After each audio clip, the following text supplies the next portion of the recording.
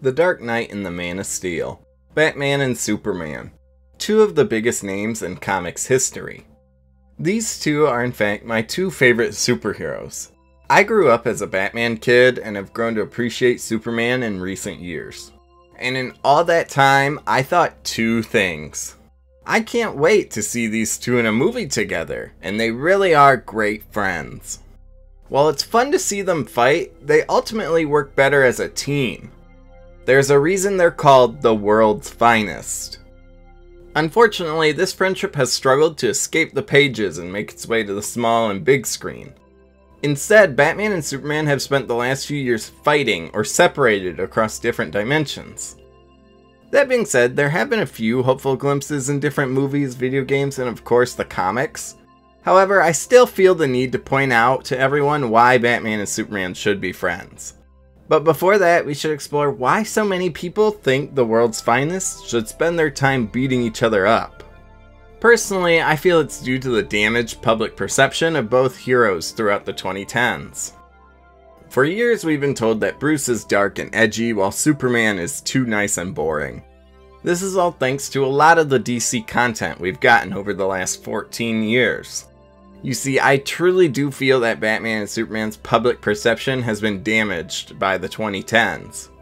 For example, we have Batman v Superman, which, say what you will, that movie's terrible, but it's how most of the general public would have seen Batman and Superman during that time. These huge blockbuster movies are how people get their public perception of these heroes. And so in that movie, what do we see but the two of them constantly fighting and bickering and eventually beating the snot out of each other at the end of the movie? And that's because the DCEU version of Superman is terrible. Instead of being the hopeful Boy Scout, he's a depressed and hopeless hero? If you can call him a hero, even? And then you have Batman, who, instead of being this vigilante who's sworn to vengeance and to defend those who need protecting, he's a murderer? So these are two very bad versions of the character, but again, they would be what is at the forefront of the general public's perception. And with that, the biggest movie that they've starred in is what? A movie called Batman v Superman. Is it cool to see them fight sometimes? Yes. Such as in The Dark Knight Returns. This is a 1986 Elseworld comic book where we find ourselves in the distant future where vigilantes are outlawed and all superheroes have either sided with the government or retired. And while the story is interesting, again, it's not very good versions of either Batman or Superman. And you might be saying, wait, you're talking about a 1986 book, but you said the 2010s. Well, you see, the book got adapted into two animated movies in 2012 and 2013. And what's the big thing everybody remembers from The Dark Knight Returns? The Batman and Superman fight. Because in this version of the story, for some reason, our Boy Scout, Superman, who always tries to balance right and wrong, has sided with the government. Now, I'm not saying Superman has never sided with the government, but I also believe that he would see this totalitarian approach of all superheroes have to register with the government. And so this, of course, puts him and Bruce at odds, and they fight to what appears to be Batman's death in the story. So, like I said, another thing that came out in the 2010s where we see Batman and Superman beating the snot out of each other. And is it cool? Yes, but it's an Elseworlds story. The Elseworld label in DC was created so that they could tell these stories that are not in continuity and can kind of take advantage of and mess with the characters in different ways. But if all we get is Elseworld stories all the time, they start to feel less special. And I think that's why we view Batman as so dark and edgy and Superman is so too hopeful or boring, cause that's all we've gotten is evil Superman and dark and edgy Batman. Speaking of evil Superman, I'd be foolish not to mention the Injustice video games. These are developed by NetherRealm Studios, the studio behind Mortal Kombat. Have I had a ton of fun playing these games? Yes, I do find them very charming. I love fighting games, so you give me a superhero fighting game, and it's flawless, it's perfect. However, again, I think people have struggled to separate that in the Injustice universe, Superman is a totalitarian dictator who kills anyone who dares threaten his peaceful universe. And of course, Batman rebels against that, believing in free will and choice. So is it cool that we got a game where Batman and Superman fight? Yes. However, it should not be the definitive version of these characters. Injustice Superman is also kind of where this whole idea of Superman being evil, like, there have obviously been multiple versions of evil Superman, but I would say Injustice Superman is the most prominent and the one everyone remembers. So with all that being said, Batman and Superman are both very dynamic, interesting characters once they escape these very toned down and strict stories that they've been relegated to the last 14 years. Because frankly, while it's fun to see them fight, they should be friends. Like, if we look at the comics, Batman and Superman have always had a good partnership. They're aware of each other's secret identities, which is a big part of that, that trust. For example, in Batman v Superman, the Batman in that storyline is so worried about Superman's gonna kill the world and everything like that, when in the comics, Bruce tells Clark his secret identity, trusting him that, he's not gonna go kill all of Bruce's kids or family.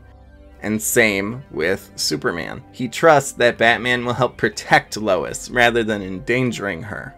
Additionally, a big thing I want to point out in recent comics is that in Tom King's Batman Catwoman run, which some people question if it's in continuity or an Elseworlds story, it does get a little weird and iffy at times. But in that story, Bruce and Selina actually have a secret wedding. So in official canon, they had their big huge wedding that everybody knew about and they called it off. Or, well, Catwoman called it off. But in this run, it turns out that Bruce and Selina actually got married in secret. And who is the only other person that Bruce tells about this secret marriage but Superman, who is actually his best man at the wedding. It's a really cute moment.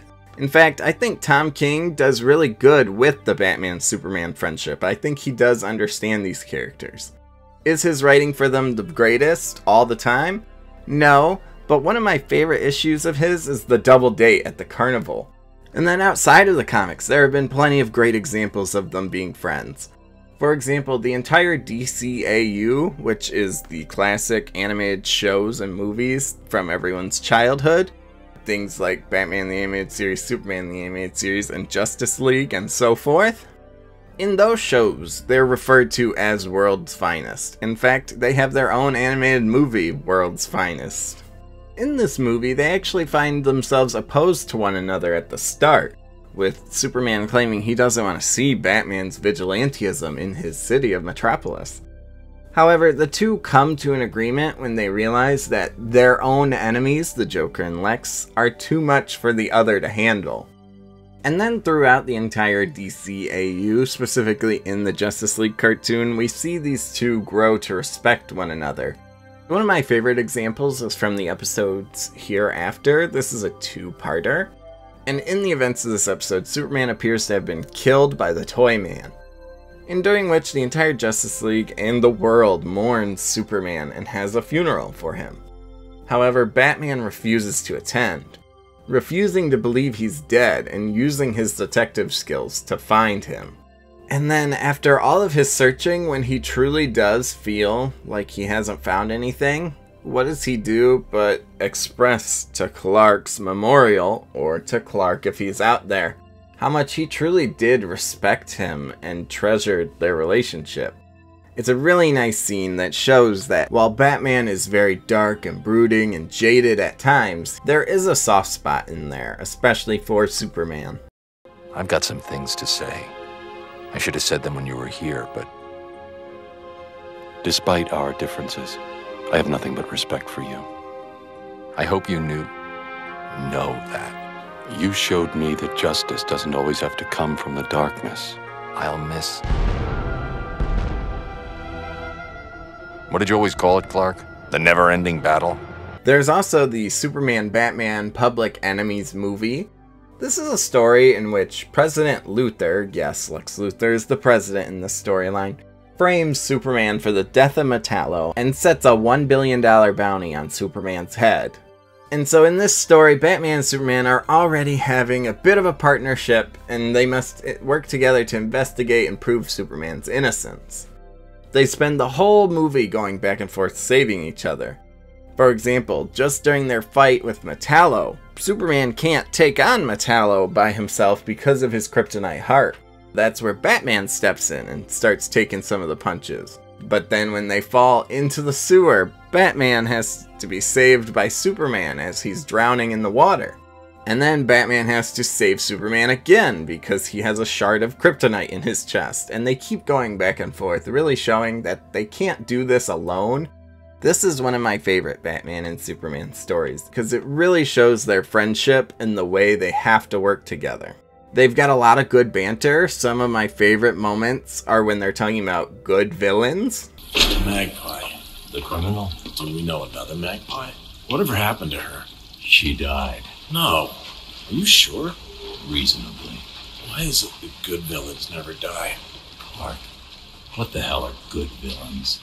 Or even just a small one, like Superman offering to carry Batman, to which Batman expresses his disinterest. You know, you didn't need to use the wire. I could have carried you. Between you and me, I hate that. And in this story, they face countless heroes and villains, as Superman has the $1 billion bounty on his head. And during all of these fights, they have to work together. Not just one of them can defeat everyone. For example, Bruce finds himself cornered by all of the ice-based villains, and so what does he do but ask Superman to bring the heat? There are smaller moments, like for example when they're fighting Gorilla Grodd. Batman lassos Grodd with his bat grapple, but seeing as Grodd is a huge gorilla, Bruce can't do anything and hands the grapple over to Superman, who then pulls Grodd down. Again, just small things like this. Like even when they're fighting Shazam and Hawkman at the end of the movie. They pass the two villains back and forth, you know, so that they can take advantage of their different weaknesses. But arguably the best part of this movie is at the end. You see, throughout this movie there's this giant kryptonite meteor that is headed towards Earth, and nobody knows how to stop it. Bombs and things like that haven't worked on it.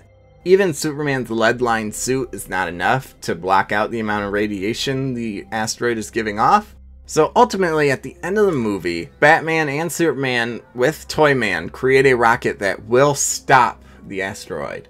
However, before they can launch, Lex Luthor destroys the autopilot, causing the conundrum that somebody must fly this thing into the asteroid. And so who, of course, takes on this suicide mission but Bruce?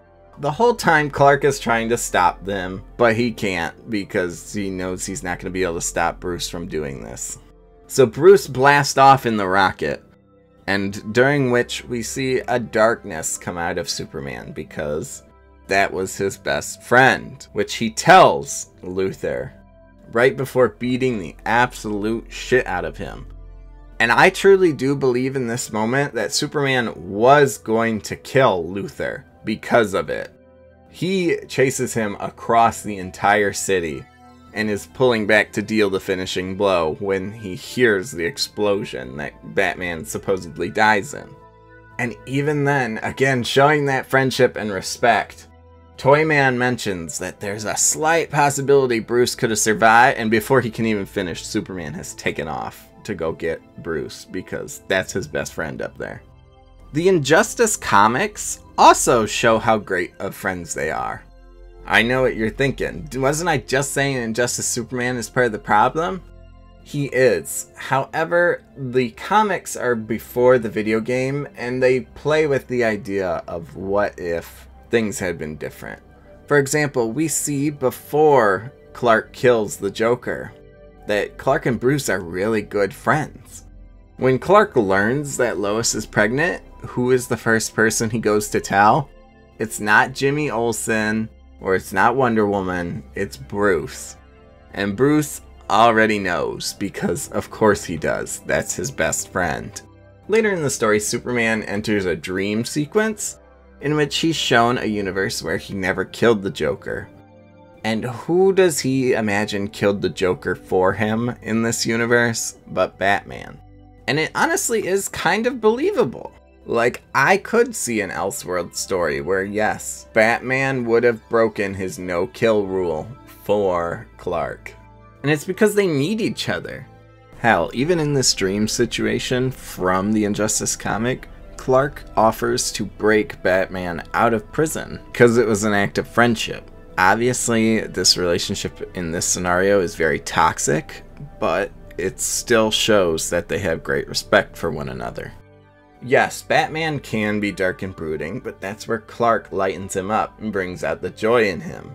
Meanwhile, Bruce also gives Clark some reality at times, and how they can or cannot solve a problem. Now, I've brought up a lot of old projects here, but I do want to say we have gotten some good portrayals recently. For example, there's an entire Super Sons movie that's out there. Is it very good? It's alright. And Batman and Superman's appearance in it is very brief. However, they are of course friends, as their sons are. There's also the movie adaptation of Batman Hush, where again, it's not a very good movie, however it does have a good moment. In one sequence of the movie, Superman is being controlled by Poison Ivy. And how does Bruce snap him out of it? By having Catwoman kidnap and threaten Lois Lane's life, knowing that deep down in there, Clark would be able to overcome the mind control to save Lois.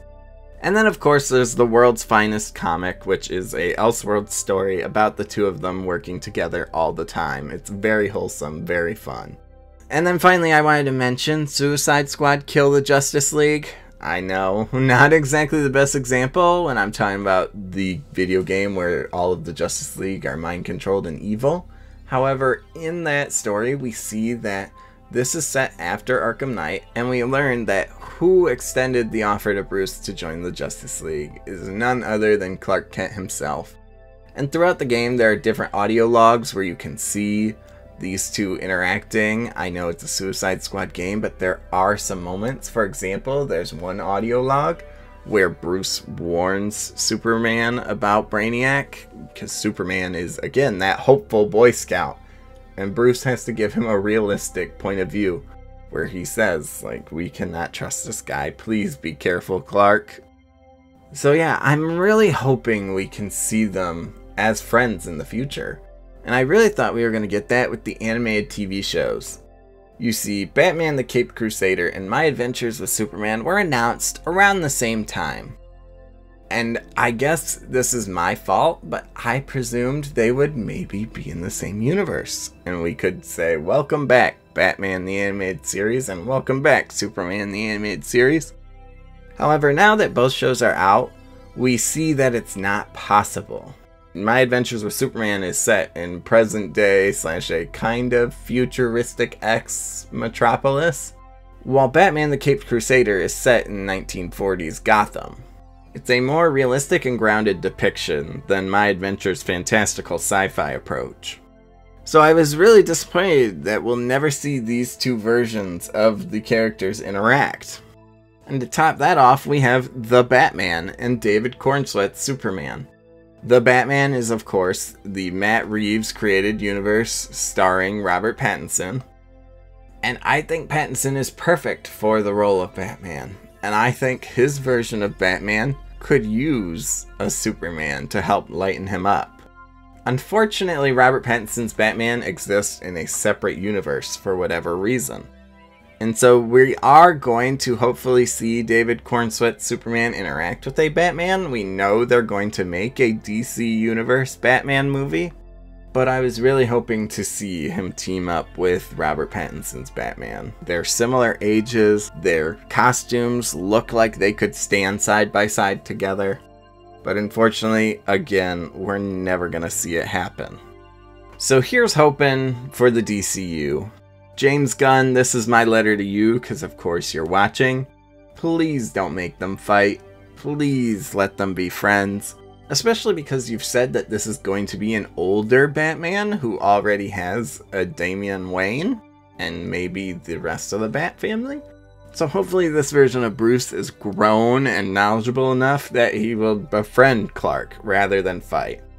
I can't watch them fight any longer. I need to see them working together again, whether it be on the big or small screen. But those are just my thoughts on why Batman and Superman should be friends. Let me know your thoughts in the comments down below. If you liked what you saw here and want to see more, don't forget to like, subscribe, and hit the bell so you know when the next one's coming. Thank you for watching, and I'll see you in the next one.